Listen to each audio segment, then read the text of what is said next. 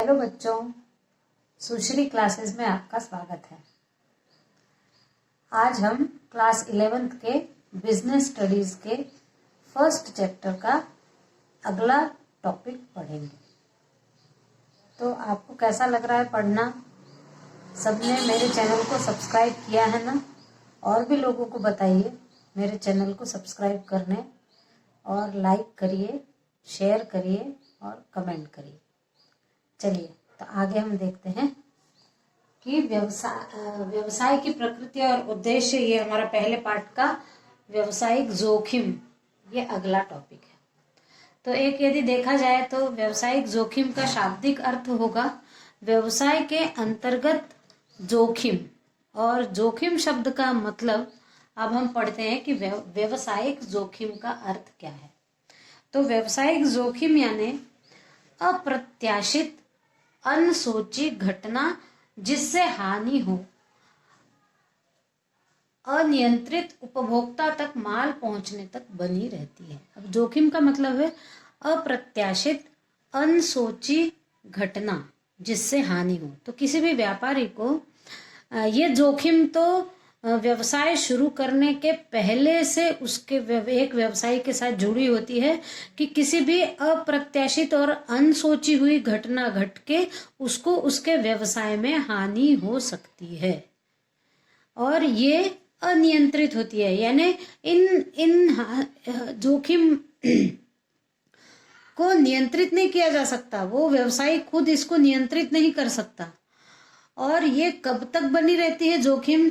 जब तक उपभोक्ता तक माल पहुंच नहीं जाता, तब तक एक व्यवसायी को जोखिम बनी रहती है। जोखिम यानी नुकसान होने के लिए वो तैयार रहता है कि हो सकता है, जरूरी नहीं कि हर बार नुकसान ही हो, और ये भी जरूरी नहीं कि हर बार फायदा ही हो, लेकिन कुछ ऐसी घटनाएं घट सकती है जिससे या तो उसका माल कहीं ले जाते ट्रक जल जाए, ट्रेन का एक्सीडेंट हो जाए, माल चोरी हो जाए, डकैती हो जाए, या प्राकृतिक प्रकोप है, बाढ़ में बह जाए, कुछ भी हो सकता है। प्राकृतिक प्रकोप हो सकता है, या मानव निर्मित कोई हानि हो सकती है, या कोई लूट ले सकता है, चोरी कर सकता है।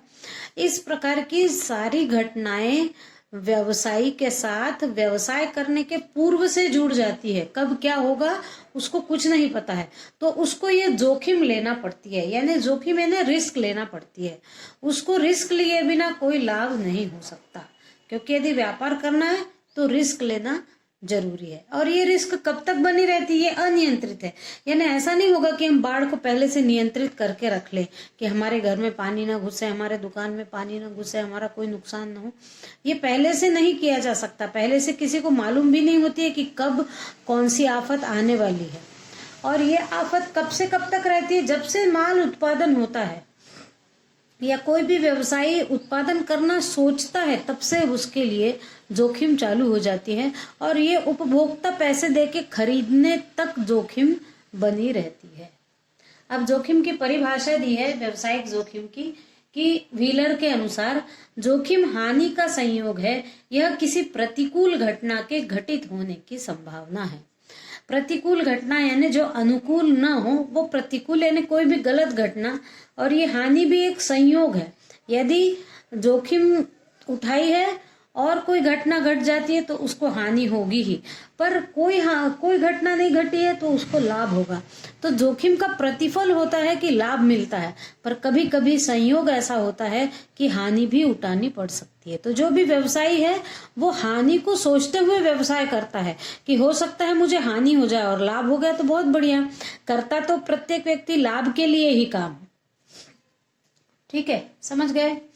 अब है जोखिम के प्रकार। तो कितने प्रकार की जोखिम होती है? तो शुद्ध जोखिम, सट्टात्मक जोखिम, सामान्य जोखिम, विशेष जोखिम, बीमा योग्य जोखिम, आंतरिक जोखिम, व्यक्तिगत जोखिम और अनुमान संबंधी जोखिम। तो अब जो शुद्ध जोखिम है, वो शुद्ध जोखिम कब होती है? जब आग, चोरी, दुर्घटना, हड़ताल और तालाबंदी हो, तब शुद्ध जोखिम होती है। तब क्या होता है कि टोटल हानि होती है, जिसको शुद्ध जोखिम कहते हैं। इन जोखिमों का बीमा कराया जा सकता है। तो जब इनका यदि बीमा करा लिया जाता है तो उनमें थोड़ी कम नुकसान होता है, क्योंकि नुकसान होता है तो बीमा कंपनी उसका हर्जाना भर देती है, इसलिए। अगला है सट्टात्मक जोखिम।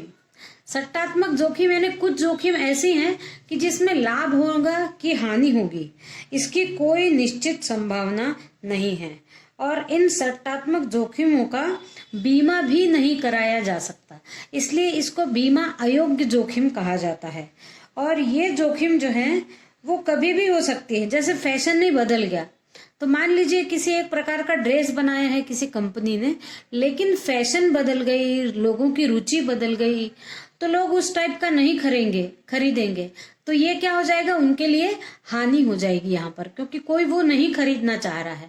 तो ये अचानक ऐसा हो सकता है, ये सट्टात्मक, ये सट्टा है, कभी लाभ होगा कि हानि होगी कुछ कहा नहीं जा सकता।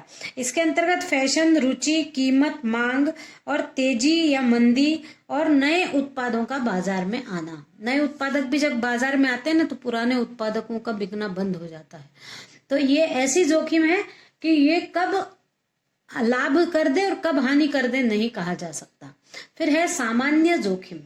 सामान्य जोखिम यानी यदि प्रकृति के प्रकोप होते हैं, बाढ़ है, भूकंप है, अकाल पड़ जाता है, तब होने वाली जोखिम सामान्य जोखिम कहलाती है। फिर विशेष जोखिम यानी डकैती, लूटपाट, आगजनी, हत्या, इनसे होने वाली हानि विशेष जोखिम कहलाती है।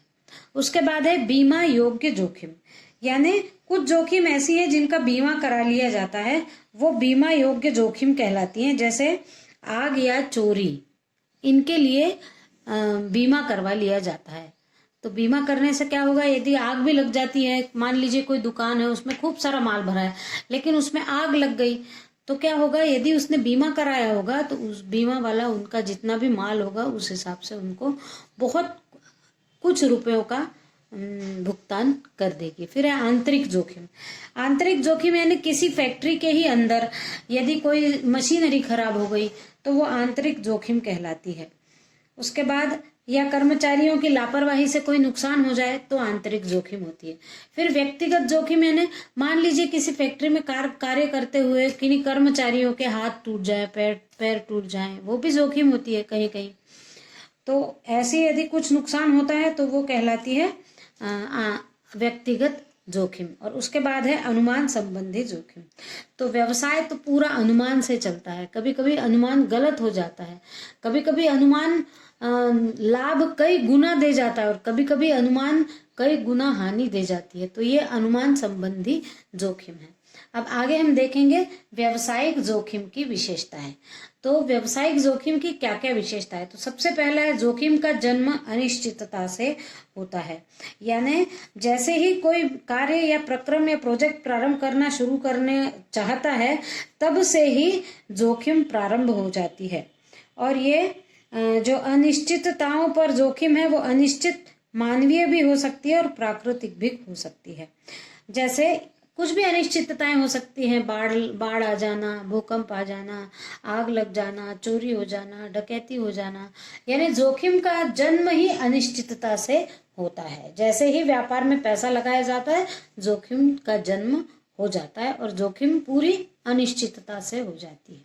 फिर है जोखिम से बचा नहीं जा सकता। तो कोई भी व्यवसायी इस जोखिम से बचा नहीं रह सकता। बीमे के द्वारा वो अवश्य थोड़ा बहुत प्राप्त कर सकता है, लेकिन पूरी तरह बचा नहीं जा सकता। फिर जोखिम उठाने का प्रतिफल लाभ है। लाभ उन्हीं व्यवसायियों को होता है जो जोखिम उठाते हैं।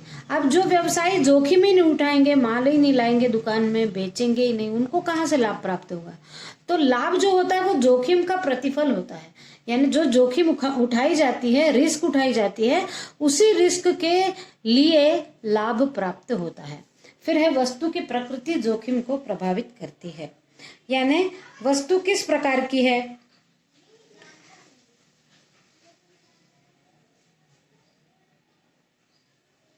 वस्तु किस प्रकार की है ये जोखिम इसको भी प्रभावित करती है। जैसे दिया सलाई वगैरह हैं, यदि रोजमर्रा वाली वस्तुएं हैं तो उनमें कम जोखिम होती है, और जो मौसम वाली वस्तुएं होती हैं उनमें ज्यादा जोखिम होती है। जैसे खूब रेनकोट और छाते भर लिए, लेकिन बरसात 4 ही महीने होगी, तो जो बचेगा माल वो पूरा साल भर के लिए रखना पड़ेगा। और माचिस और जो रोज लगता है, नमक है, माचिस है, इनकी आप कितना भी भर के रख लो, ये हमेशा लगने वाले हैं, तो उसमें जोखिम कम होती है। फिर व्यवसाय का आकार और जोखिम की मात्रा। जितना ज्यादा बड़ा व्यवसाय उतनी ज्यादा जोखिम, और जितना छोटा व्यवसाय उतनी कम जोखिम। फिर एकाधिकार जोखिम को कम करता है। एकाधिकार बाजार का मतलब क्या होता है कि एक वस्तु को बेचने वाला केवल एक ही व्यक्ति है यदि मार्केट में, तब कहा जाता है कि एकाधिकार है। और एकाधिकार है तो जोखिम कम है, क्योंकि एकाधिकार यानी एक ही व्यक्ति ने वो सामान बेचने को रखा है, तो सब लोग उसके पास आकर वो सामान खरीद कर ले ही जाएंगे, क्योंकि उनको और कहीं मिलना नहीं है, केवल एक ही विक्रेता है। इसलिए एकाधिकार जहां रहता है वहां जोखिम कम होती है। फिर जोखिम की समय पर निर्भरता। तो ये प्राकृतिक आपदाओं के समय जोखिम ज्यादा रहती है, और राजनीतिक अस्थिरता के समय भी जोखिम ज्यादा रहती है। अभी आप देख रहे हो, जैसे ही लॉकडाउन हुआ, जोखिम बढ़ गई, तो आप देख रहे हो सोना चांदी के भाव आसमान छूने लगे हैं, क्योंकि उनको ये लग रहा है कि व्यक्ति की जब आमदनी कम हो गई है तो वो खरीदेंगे कब। तो राजनीतिक उथल पुथल हो तो जोखिम बढ़ जाती है, या फिर प्राकृतिक उथल पुथल हो तो जोखिम बढ़ जाती है कि पता नहीं बिकेगा कि नहीं बिकेगा माल। फिर है जोखिम का घटने के स्थान पर बढ़ना। कभी कभी किसी वस्तु के होने वाली हानि को कम करने के लिए किसी दूसरी वस्तु का क्रय व्यापारी के द्वारा किया जाता है, और इसलिए हानि उठानी पड़ जाती है। यानी कभी कभी जोखिम घटने के स्थान पर और बढ़ जाती है, क्योंकि व्यापारी क्या करता है, किसी और सामान को भी खरीद कर बेचने के लिए लगा देता है, तो उससे क्या होता है, जोखिम घटती नहीं है और बढ़ जाती है। आज के वीडियो में बस इतना ही। अपनी प्रतिक्रिया जरूर कमेंट बॉक्स में दीजिए। Thank you.